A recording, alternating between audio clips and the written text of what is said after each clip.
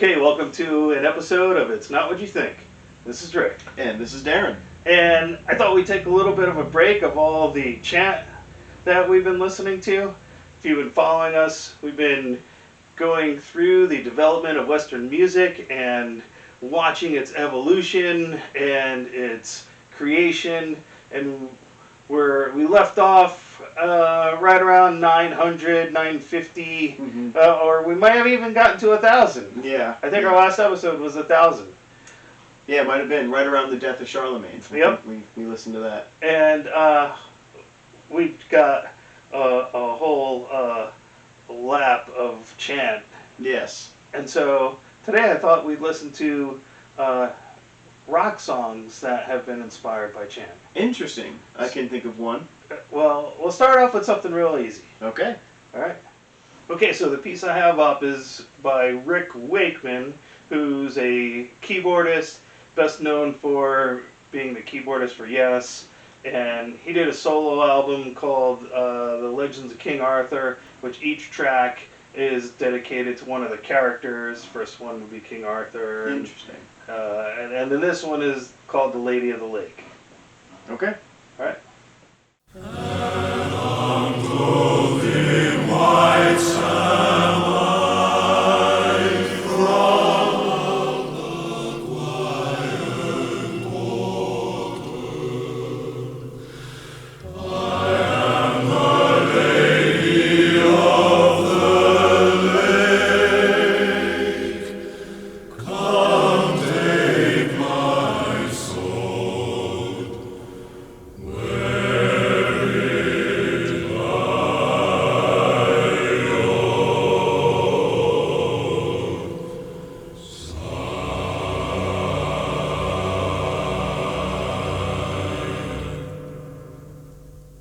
So I think the first thing that came to my mind is Roman chants. Because it was very monosyllabic. Yeah. Not too many miasmas. There's a couple. Right. But they only vary one note. It's only one step up. You're right. It's a very Roman chanty thing. They tend not to drift like the Ambrosian. And there wasn't any jump. It was all so it was very stepwise. Where in Gregorian chants they would have a little bit of a jump or a drop. Right. But it didn't do it. And no soloist either. Right. Which is also, you see the juxtaposition in Gregorian chants. I think the Roman chant tended to have. I think you're right. Soloists. That's a really good call. So this the old Roman chant seems to have reared its head. Yeah, and I don't know about you, but immediately I saw a bunch of monks. Oh yeah. Just like with their books and the cowls and yeah, exactly. It was just beautiful. Exactly, like Friar Tuck. Yeah, right, yeah. different story, but the same. But still, same yeah. No, that was neat. Okay, and so the next song is by a band you probably would never guess had anything to do with Gregorian chant, the Bee Gees. Oh, interesting. They have an album, To Whom It May Concern is the name of the album, and the song is I Held a Party. And it's not in your face, like we just heard. Sure. But you can hear that it's been influenced by Gregorian chant. It comes out. Okay. All right, let's give it a whirl.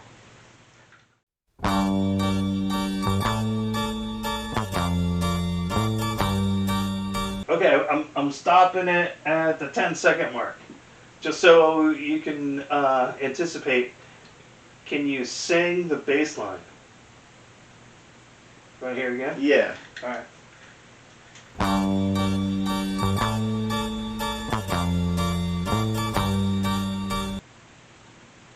Ah, interesting. So sing the bass line. Boom, ba boom, ba boom, boom, ba boom. Right, and that becomes the Gregorian chant. Interesting. Or vice versa, the Gregorian chant allowed for that bass line. Okay.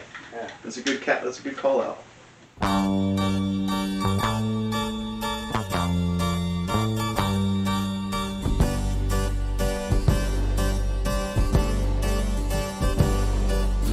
I held a party and nobody came. Strangely, I was upset, poured out a drink.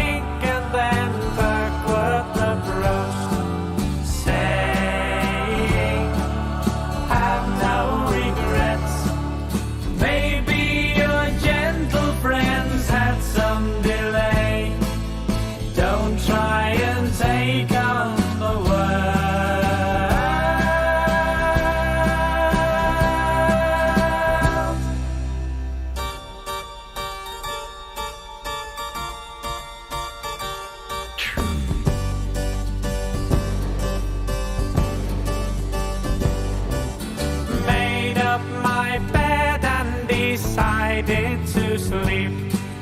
Dreaming I was awake. Maybe I drank in excess of my drink. Nice plan, cordial crowd. But Gwen suggested we speak through the night. I never knew him so well.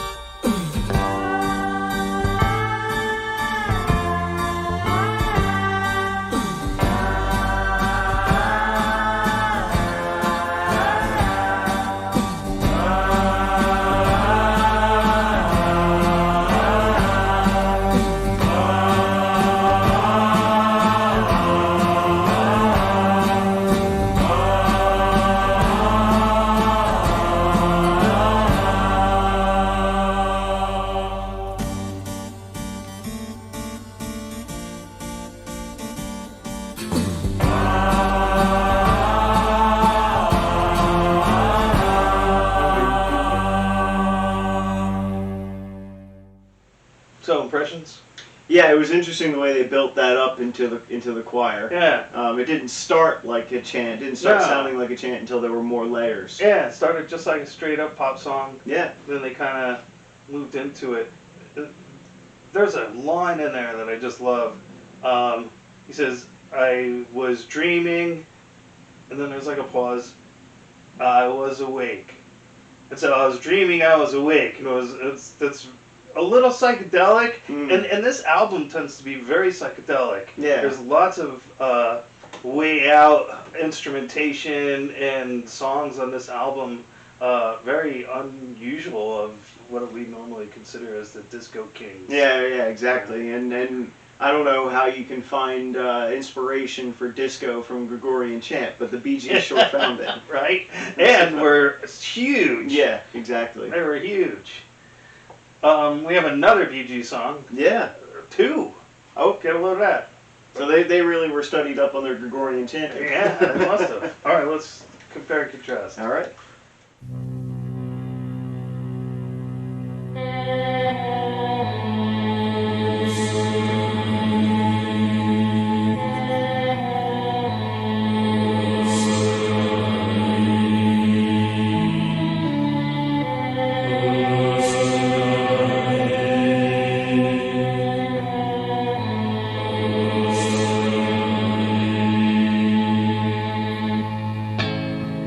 Take me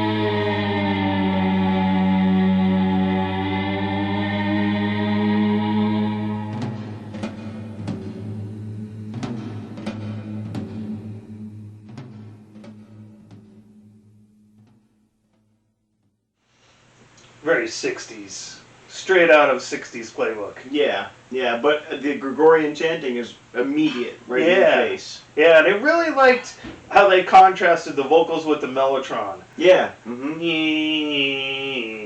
And then it was almost like Noctur Balbulus, how he accompanied the chanting with the instruments. Yeah.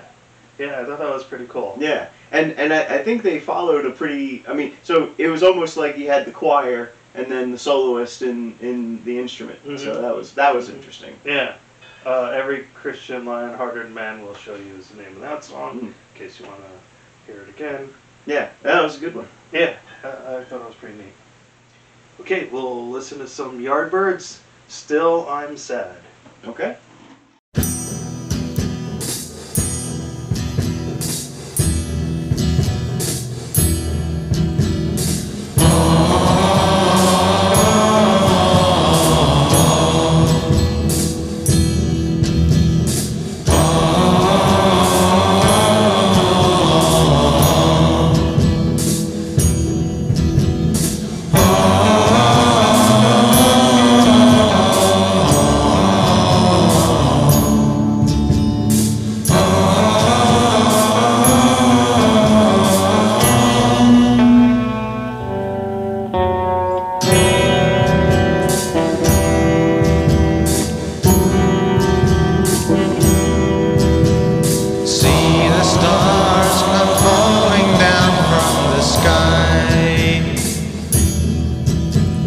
Gently passing, they kiss your tears when you cry. See the wind come softly blow your hair from your face. See the rain hide away in this gray. Still I'm sad.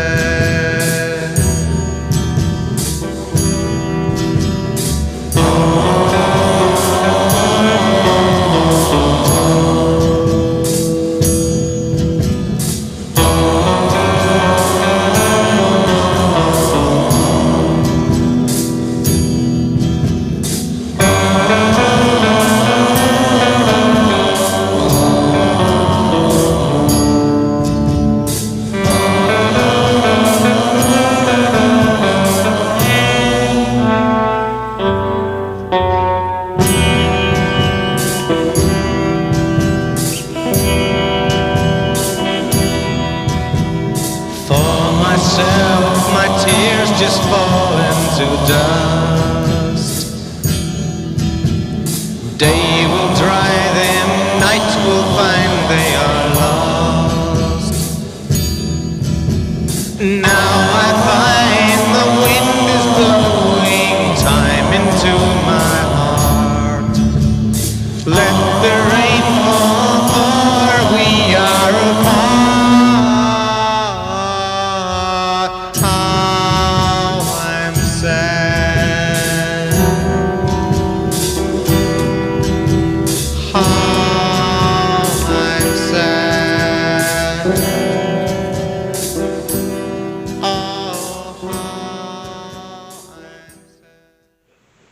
The tempo was pretty quick compared to the other two. Yeah, but it didn't, for me, it didn't sound so much Gregorian as it did Celtic. Mm-hmm. And it sounded like it had Celtic influences in terms of the structure of the phrase. Yeah, the chant, how can I put it? The holiness of the chant kind of threw me off because of the speed. Mm-hmm. You know, and maybe because we had just listened to two previous ones which took it real slow. Right. And then all of a sudden na na na na na na, and so it really kind of picked things up. I also felt like it was I don't want to use the word soundtrack. But let's just say very vivid visual imagery. Yeah. Like I got the monks chanting, but then like medieval village and out in the wilderness and the horses and very pastoral and countryside and then monks. Right. Well, I mean, that is the first thing I think of when I hear the chanting. I think of monks, for Right. sure. Yeah. But the setting, the rest of the setting, yeah. Yeah. But that was interesting. I think this was. I mean, the whole thing was chant. Yeah, exactly. And even the main line was based on the chant. Right. So far, Well, And then I think that's why I think it kind of reminds me of the Celtic, because the Celtic, there was one that we did where it was almost like shamanic in the way it started, where the soloist starts and then the rest of the choir joins and Okay. they're all singing, except the choir is maybe a millisecond behind the leader. It was almost that. Okay. That's the I one. vaguely have a recollection of that. Yeah, that's the one I'm remember. That's the one Okay. I'm thinking of when I'm hearing this. All right. But I'll it is. go back and revisit some of Yeah, the and maybe previous you should go episodes. back and then we'll tag the episode in the description. Now we have to do it. Yeah. This next band is not to be confused with Steely Dan. Right. And it's an easy, common mistake. The Steely Span. Interesting. Yeah, they've got a song. What's the name of this one? Godette is the name of this song. It's a little bitty one, about 2.5 minutes. Let's give that one a listen. All right. Gaudete, Christus est natus, ex Maria Virgine, gaudete, Christus est natus, ex Maria Virgine, gaudete. Deposatis gratiae hoc quod optimamus, Carmine latitiae devoti redamus. Gaudete, Christus est natus, ex Maria Virgine, gaudete, Christus est natus, ex Maria Virgine, gaudete.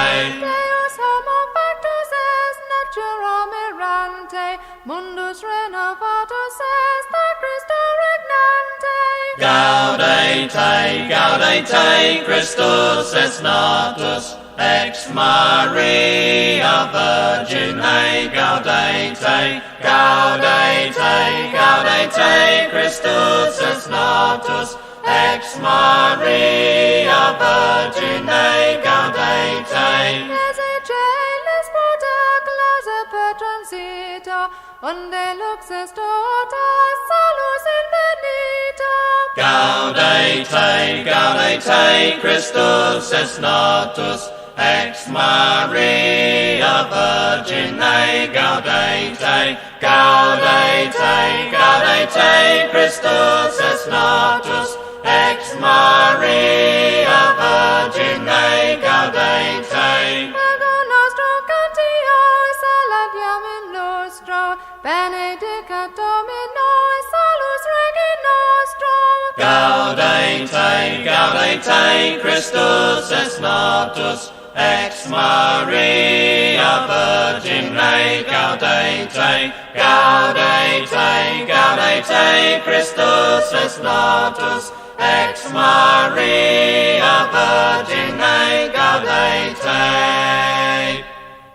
So I completely mispronounced the name of the song, since the whole song they just been saying it, Gaudete, is the name of the song. And I would say it's definitely medieval inspired. Yeah. But the chants inspired secular songs, and I think this is more modeled after some of the secular songs Yeah. that are as opposed to Poland. So the tempo is a little bit picked up, and it still has that syllabic singing. Da da da da da da. Even when they had a whole note, they're still singing on one syllable. Right, yeah.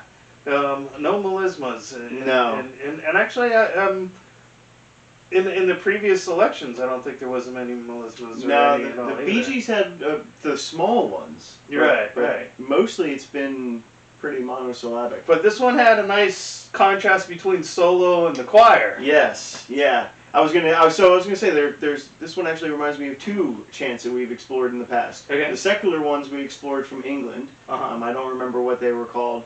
They were just kind of secular, like peasantry, you know, Yeah. things that you would sing during the harvest season or something. Right. And then the Greek Orthodox chants from early Christianity where they tend to have the female lead, the Right. female soloist. Not as many melismas or even the same phrase construction, because they tend to derive that Eastern influence. But here the juxtaposition between the female soloist and the choir kind of draws comparison. Give you that impression. That's great. Yeah. So this has been an interesting exploration so far. Yeah, great. So that wraps up today's episode.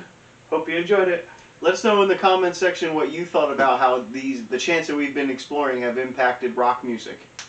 All right, we'll see you next time. Stay tuned.